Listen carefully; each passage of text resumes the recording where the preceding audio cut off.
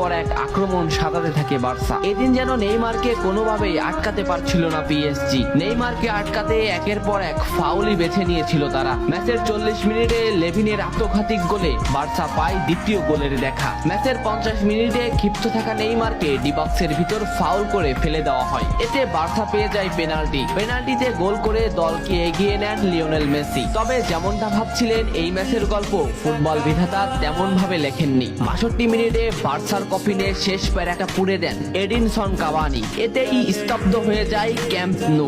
আশা ছেড়ে দেন Barca coach Luis Enrique. শুধু কি তাই, স্তব্ধ হয়ে যান লিওনেল মেসিও। তবে সেদিন একজন দমে যায়নি, নামটা কি কমেন্ট করে জানান। বার্সা গোল হজমের পর লিওনেল মেসি ম্যাচের সম্পূর্ণ দায়িত্ব দেন নেইমারের উপর। আবারও শুরু হলো খেলা। ডি বক্সের বাইরে নেইমারকে ফাউল করে ডি মারিয়া। এই পজিশনে 88 মিনিটে বার্সা একটা ফ্রি কিক পায়। তবে এই ফ্রি কিকের দায়িত্ব নেই